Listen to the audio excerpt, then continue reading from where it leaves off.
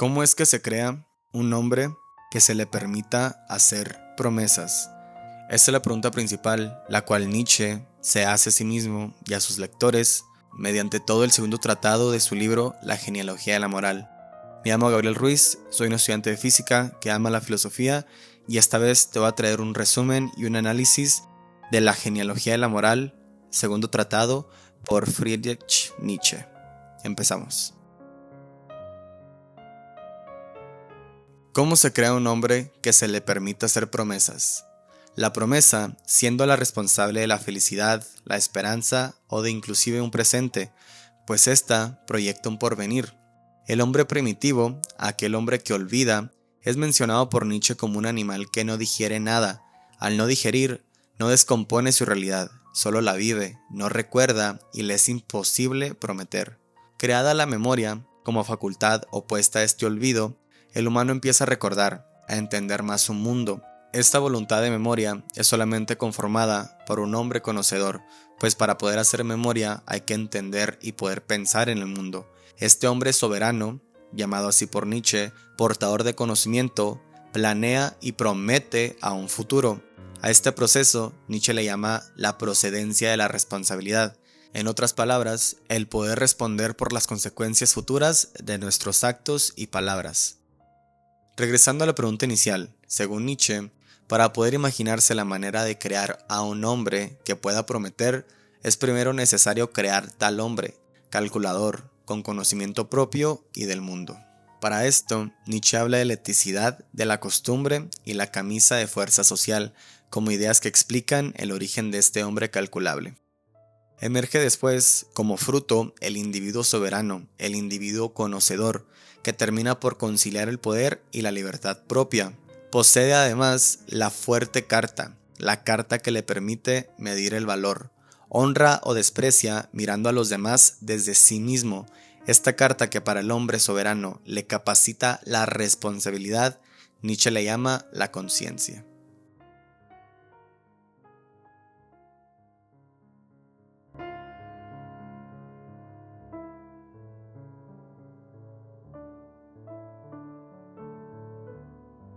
Mas sin embargo, ¿cómo hacer que toda humanidad recuerde, que tenga conciencia, que toda humanidad pueda prometer?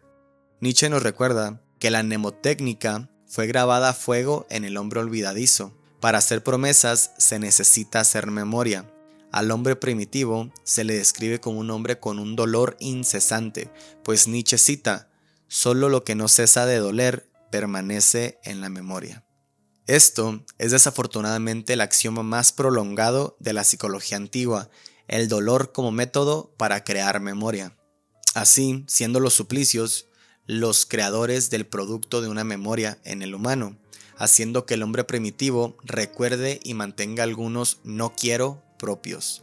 Nietzsche enfoca que el llegar a tal conclusión forzada por los suplicios del hombre soberano hace que el hombre olvidadizo obtenga su propio razonamiento.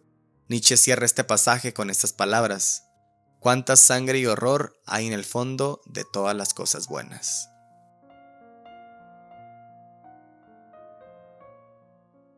Nietzsche pasa a preguntarse, ¿cómo entonces vino al mundo lo sombrío, la conciencia de culpa, la mala conciencia? Es decir, de tener memoria de deber, pues el concepto de culpabilidad procede desde la idea de tener algo que pagar, una deuda. Se le llama en palabras simples la relación entre acreedor y deudor. Igual, esto aplica para aquel que tiene una culpa que pagar, pues se cree que todo perjuicio proveniente de un deudor tiene de alguna manera una compensación equitativa. ¿Qué significa esto? Que todo dolor causado a un perjudicado puede ser compensado con la paga de una pena equitativa del culpable. Por ejemplo, en los antiguos regímenes, la compensación venía del dolor del culpable.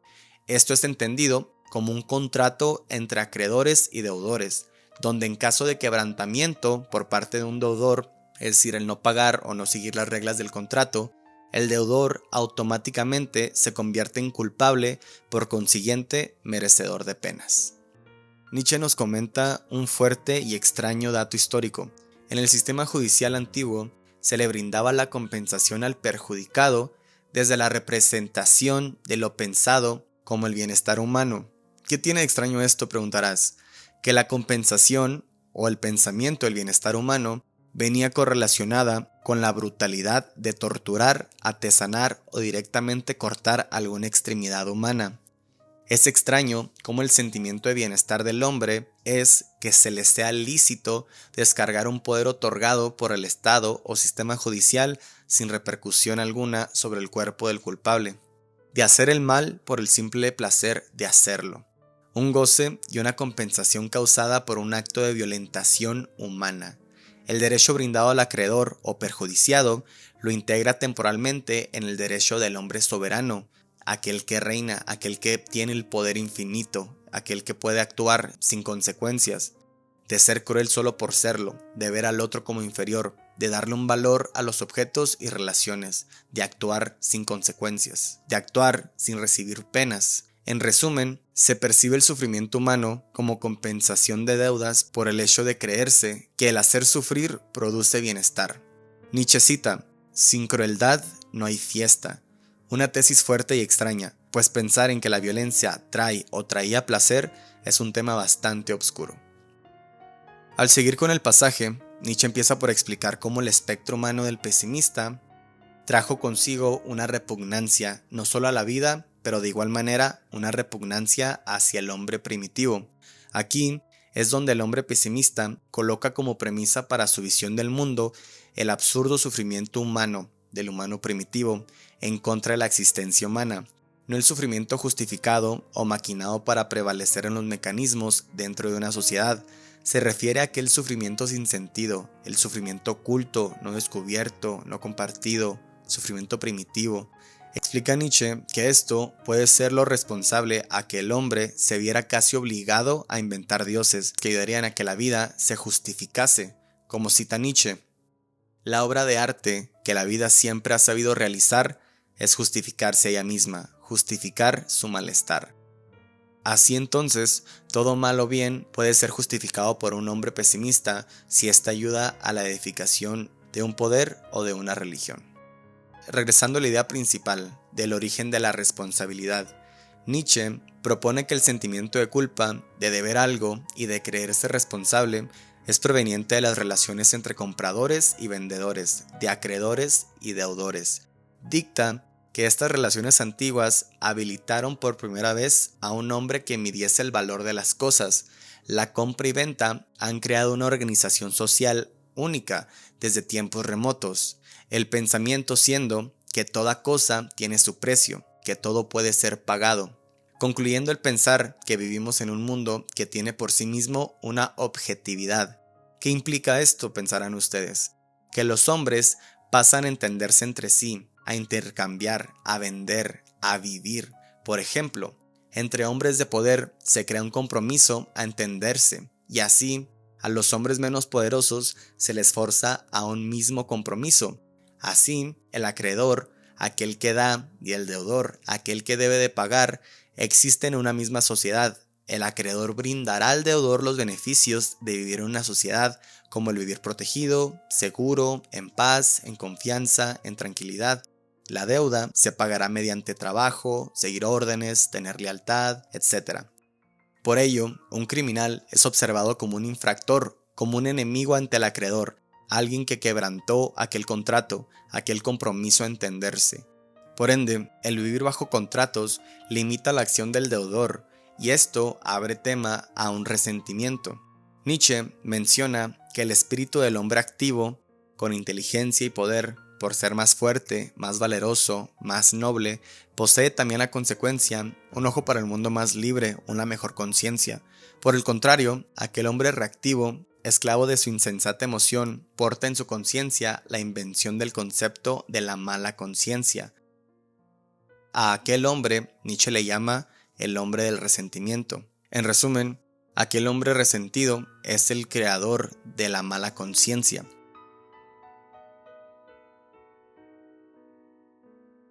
Después de esto, Nietzsche pasa a dar una definición extensa y rigurosa de lo que es la pena y el ser penalizado, llegando el humano a tener una fe en la pena por creer su utilidad, pues la pena se dice que poseerá el valor de despertar en el culpable el sentimiento de culpa, es decir, la mala conciencia de la cual habla Nietzsche.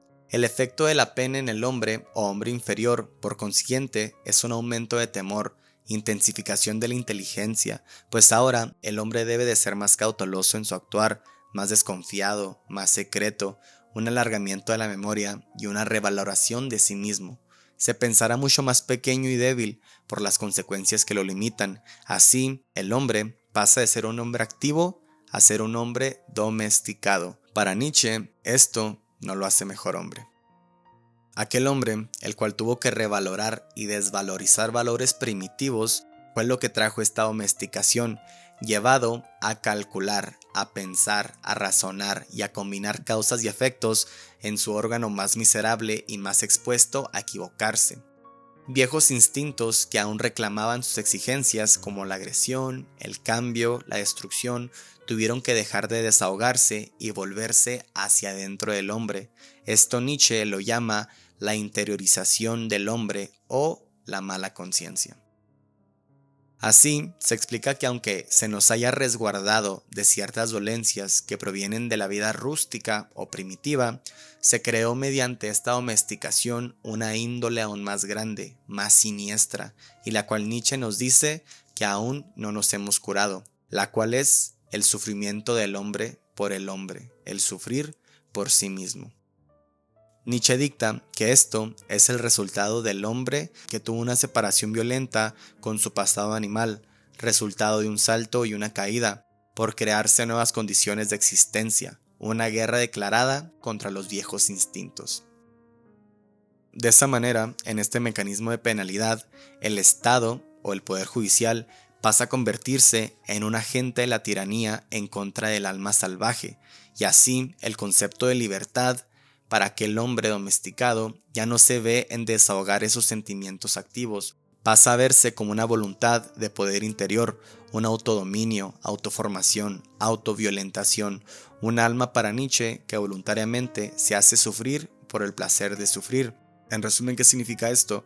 Que tal vez antes, para el hombre primitivo, la libertad era poder gritar a los cuatro vientos, poder ser más agresivo, poder correr, poder saltar, poder actuar de la manera en la cual los instintos primitivos dijeran, se desahogaran.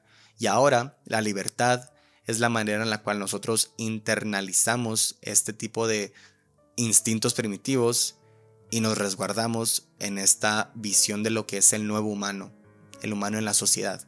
Y así es como ahora nosotros vemos la libertad, de la libertad mediante el poder interior.